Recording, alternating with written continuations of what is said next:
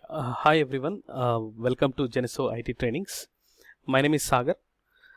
Today we will be looking at a simple topic which is about understanding the AWS console. So the moment you create an account in AWS, there are a few things you need to be aware of. So that is what I'll try to show it to you. What are the few things that you have to get familiar with once after creating the account? So open your favorite browser and just type AWS Management Console, and you will be getting the first link that is being available here. So click on this link and log into the account that you created.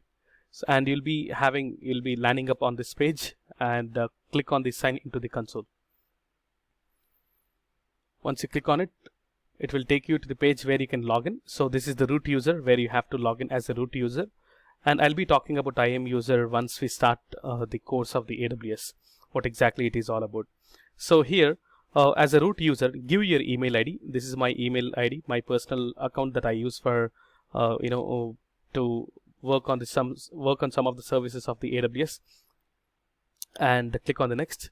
So it is going to ask you to provide some characters here, and make sure you provide them. And submit it.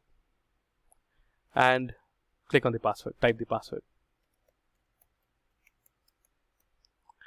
Yeah, the moment you create your account, this is what the first time you'll be looking at the page something like this. So this video is all about making sure you become familiar with by looking at the AWS Management Console.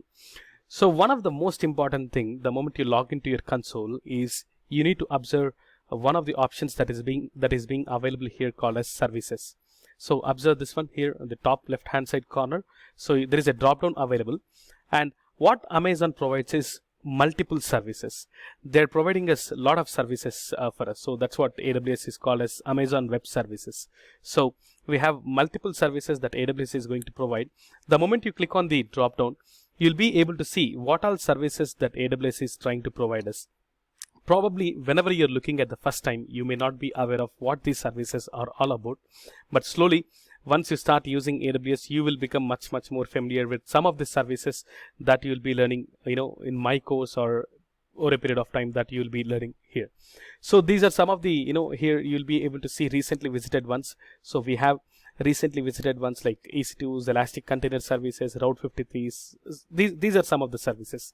So if you can really look at this here, all these are these kind of services that we have, and these are being provided by the AWS. So you can see all different types of services. So you have compute services, you have storage services, you have database services, and you have management and governance, and you have migration and transfer, and networking and content delivery. So multiple different services AWS is providing us.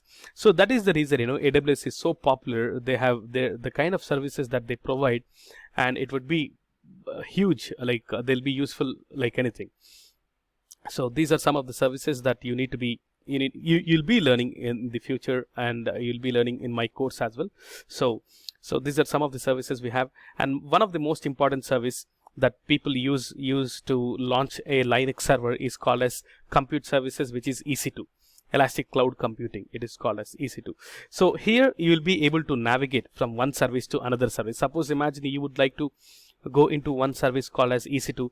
You can simply click on this button, so that you go into that particular EC2 service. So it lands up on a page of EC2 service, and if you would like to change the service that you're trying to use it, and you can again click on the services button here.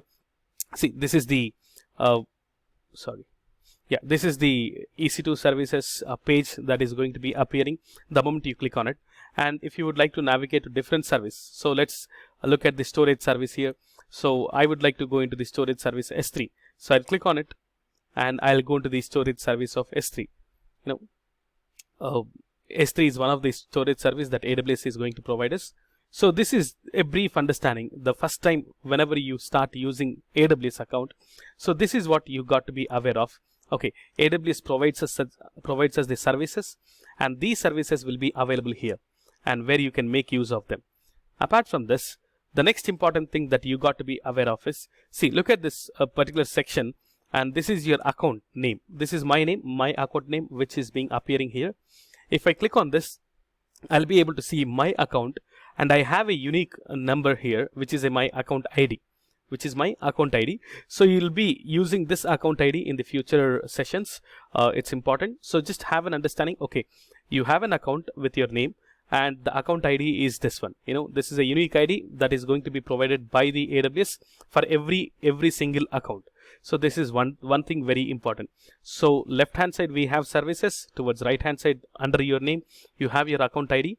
And next important thing that you got to be aware of is you got to really look into is my billing dashboard. So one of the most important thing, whenever you start using AWS account, you have to ensure that you have to constantly keep checking what are your bills actually, what is your bill, how much you are using, and what charges you are actually getting from the AWS. So this must be constantly monitored in order to avoid any high or huge bills that are going to be generated. If you don't keep on monitoring it, some days, after a few days, you might end up, getting a huge bills as well. Because I have seen some of my friends, or I have even seen myself, ending up getting huge bills here. So this is one of the sections that you got to be aware of. The moment you create an AWS account, this is one of the important thing you got to be aware of. So let's click on the My Billing Dashboard. And it takes you to the page where the billing details will be available, and this is the page that we are here with. And the moment you see it, the moment you look at 0.00 INR, so, and you might be feeling that okay, I don't have any bills at all. Absolutely wrong.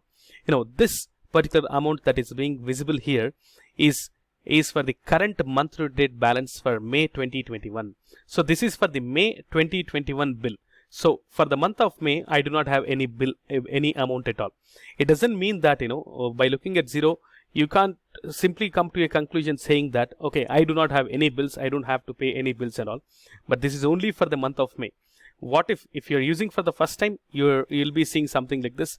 But after a couple of months, maybe after 3 or 4 months, one thing you have to ensure, you always click on the bills section here towards the left hand side. See, observe this bills section.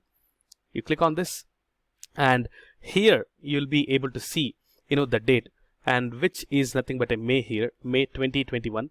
And if you click on the drop down here, you'll be able to see the April month bills as well.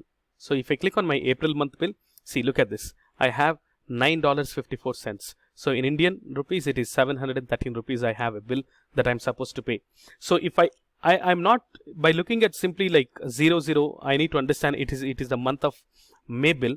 Now by looking at these dates, April and March and February, I'll be able to get the bills of my respective months. So this is very important. You have to keep on constantly monitoring them, and this is where you'll be able to get for what all billings you have, and this is a customized billing section that you have it here, so you can easily understand. See, look at this. I have been using EC2 services, Elastic Compute Cloud. So I have been using extensively, so that is the reason my bill itself is around like $7, and for Route 53 I am getting around like $1. So you'll get to know slowly what all these what these are. But at this moment, my suggestion would be, make sure you have an understanding of what bills are, and what is your how much it is costing for you. So this is something you should have an idea about. So billing is the second important thing that you've got to be aware of. And the third most important thing you need to be aware of. So let me go back to my EC2 section. I'll simply click on the EC2 section. And the third most important thing that you need to understand for the first time whenever you're using AWS account is, you look at this section called as here, right beside my account name, there is another drop down which represents the name of the region. And there is a drop down again. You click on it, and you'll be able to see multiple regions that are being available. You'll be able to see multiple regions. So these are multiple regions that AWS provides us. So it means that AWS has expanded themselves into all these regions, and whichever region is convenient for you, you can create your resources. Suppose, imagine you would like to launch a server, or you would like to store some files in AWS account, and you have to select in which region you would like to store it. You have to select in which region you would like to launch a server.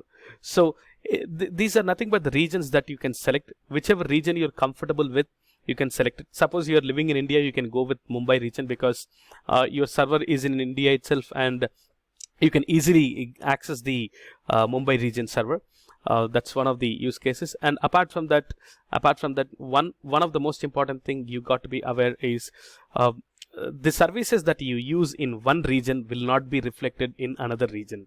Most important point, please understand, the services that you create in one region will not be visible in another region also. Suppose imagine you created a server in Mumbai region, and you click on the button. Suppose imagine you created a instance in Ohio region or a Mumbai region, and you click on the Singapore region, you will not be able to see that particular server. So in order to see your server, you have to go to the specific region where you created it. And the problem with this is, tomorrow imagine, suppose say you created a server in Mumbai region, and you shifted your region, and you forgot that you created a server in Mumbai region, and that particular region server that is being available, that Linux server, it adds up for your billing as well. So you have to ensure that you have to make sure you do not keep on shifting from one region to another region.